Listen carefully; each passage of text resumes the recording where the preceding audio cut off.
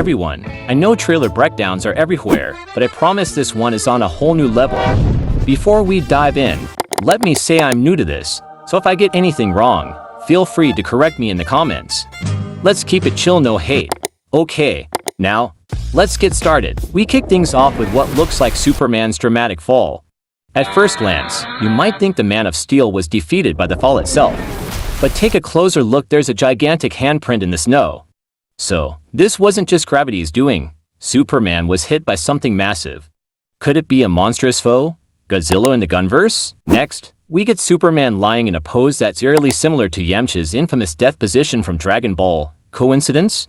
Or is James Gunn secretly a Dragon Ball fan? The resemblance is uncanny, and knowing Gunn's love for pop culture references, this might just be intentional. Now here's a weird detail: the entrance to the Daily Planet has a board that looks like a cupcake menu. Why is there a cupcake list outside a newsroom? Is it a metaphor? The red velvet cupcake could symbolize Superman. Maybe it's a clue, or maybe it's just James Gunn having fun. Either way, I'm intrigued. One blink and you miss it shot shows something resembling the Mighty Crusaders, another team from DC Comics. Is this a subtle nod to an upcoming project in the Gunverse? Or maybe it's just a fun background reference? Either way, it feels intentional, and I wouldn't put it past Gunn to tease future movies like this. In a wide-angle shot, we see Clark Kent sitting alone on a bench, looking utterly defeated. Could this mean a major loss? Some speculate it might be his mother passing away instead of his father, flipping the classic origin story. The shot gives off strong emotional vibes, like the scene where Clark hugs Jonathan Kent. One particular scene is packed with details. Someone running on a rooftop. It looks like the engineer from The Authority. Her costume and hairstyle match perfectly. Slightly below, we spot Lex Luthor. Then there's Metamorpho, standing out with his unique look. And finally, a hulking structure that might just be Luthor's version of a Hulkbuster suit. Lex has built such suits in the comics before, so this could be another nod to his genius. Another fascinating detail involves Lex Luthor holding a gun near some mysterious boxes. Look closely, those boxes seem to contain people. Later, we see Superman trapped in a glass cage that resembles these boxes. Could Lex be experimenting on Kryptonians or metahumans? And the guards with Loki-like prune sticks?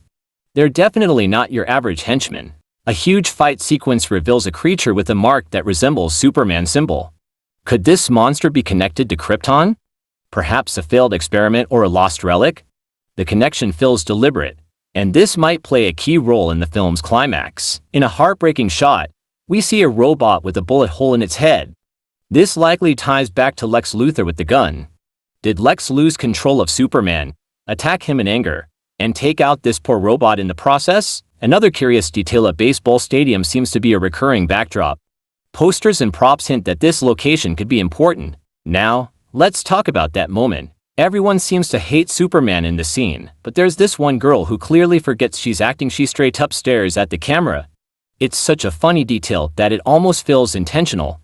Next, we get a shot of a sleek, modern building, the Stack Building, and here's where things get wild. Do you know who this guy looks like? Nick Fury? Obviously, I'm joking. There's no way Nick Fury is in a Superman movie, but it's fun to imagine a multiverse crossover. And another thing, why does everyone have the same phone?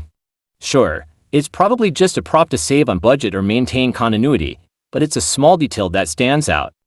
The last few shots clearly build up to the climactic battle. We see LC LexCorp logos and barrels, hinting at a major confrontation on Luthor's turf.